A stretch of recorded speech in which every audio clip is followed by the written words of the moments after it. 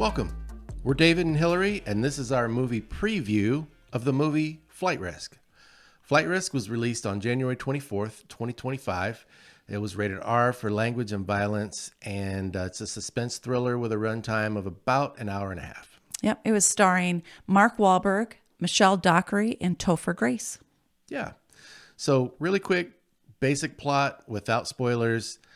Winston, played by Topher Grace, used to work for the mob and stole money from the mob. Not real smart. Bad idea. And in order to try to get away with it, he's gone to a really remote area of Alaska. But he was found, not by the mob, but by the law. And so now it is Michelle Dockery playing the role of Madeline, the U.S. Marshal. It's her job to escort him back to civilization where he can testify.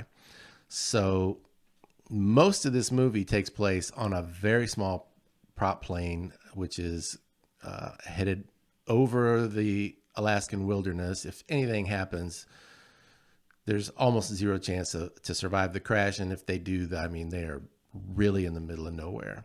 The plane is piloted by Daryl, played by Wahlberg. The problem is Daryl is not who Daryl says he is. That's right. And so that all kind of comes to light, and all heck breaks loose in the plane. And we're left to wonder, will Winston live to testify? Will Madeline be able to protect him at all costs? And more importantly, why is Mark Wahlberg playing a bad guy? Yeah.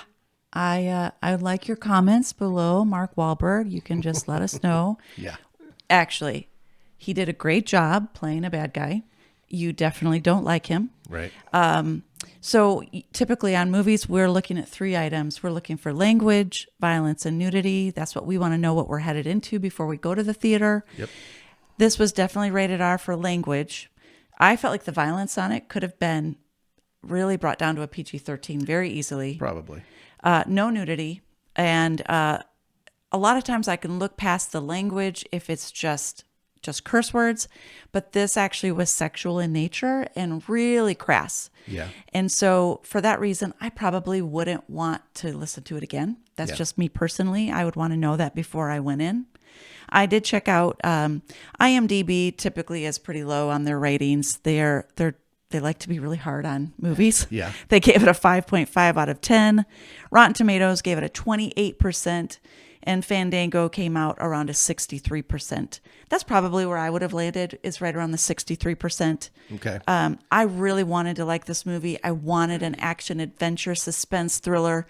But for me, if it had just been bad language, I could have probably overlooked that. But it was the crass sexual language that was really the downer for me. Yeah, we were really looking forward to it.